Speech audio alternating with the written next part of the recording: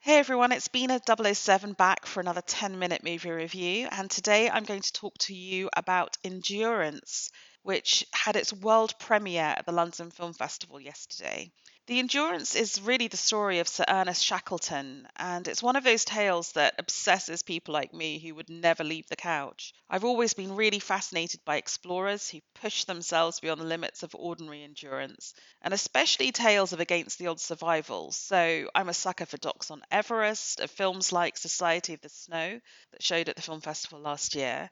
And I'm something of an armchair specialist on Shackleton, so I came to this new documentary with very high expectations, made even higher knowing that it features restored and colorized stills and moving images from the expedition taken by the photographer, pioneering photographer really, Frank Hurley, and that they had been preserved by my beloved BFI National Archive and colorized for the first time, and that they were going to bring a new perspective onto this very famous expedition over 100 years ago.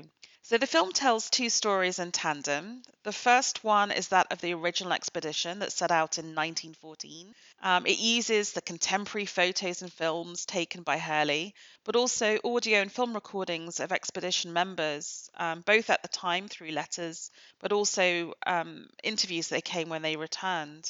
We hear of their journey to Antarctica aboard the Endurance, and we see how the ship was caught in pack ice and had to be abandoned. The men made camp on these rather dangerous ice packs and eventually had to take to the three rescue boats and row to Elephant Island, which, I mean, they're pleased to be on land, but they cannot survive on it. There's no means of survival. You know, they're going to run out of food. At which point, Ernest Shackleton takes one of the boats and four other men and makes this ludicrous journey over open water to try and somehow hit South Georgia and the whaling stations there and stage a rescue. And it's such an improbable tale of survival. It's staggering, the courage, the bravery, the endurance, the grit of these men. And it's kind of amazing to think that after over 2 years away from any kind of life, that they got home to a country or countries that were in World War One and most immediately signed up for service.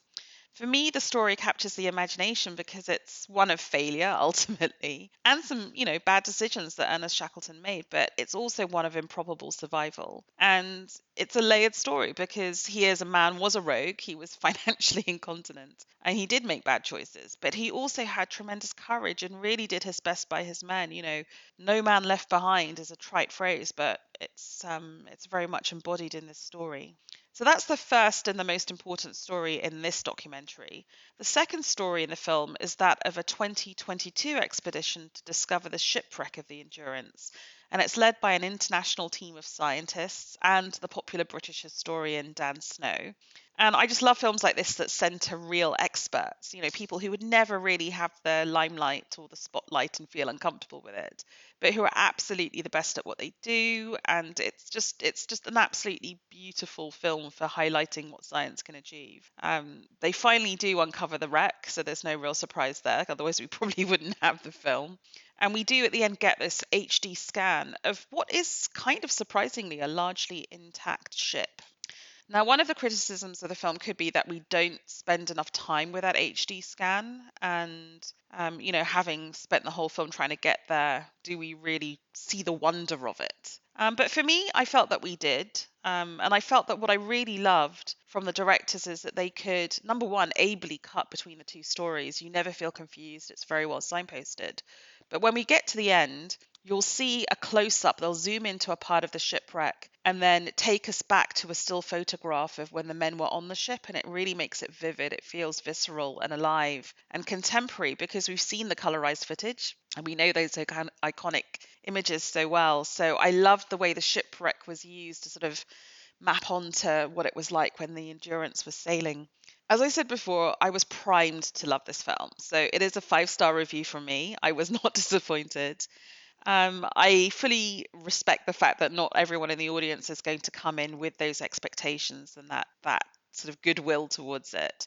But I do hope it will resonate with audiences less familiar with the Shackleton story. I do think it's a really good sort of 1.5 hour primer on how it all unfolded. And even more than that, I just think the documentarians, so this was directed by three people: Elizabeth Chai Vasarely, Jimmy Chin.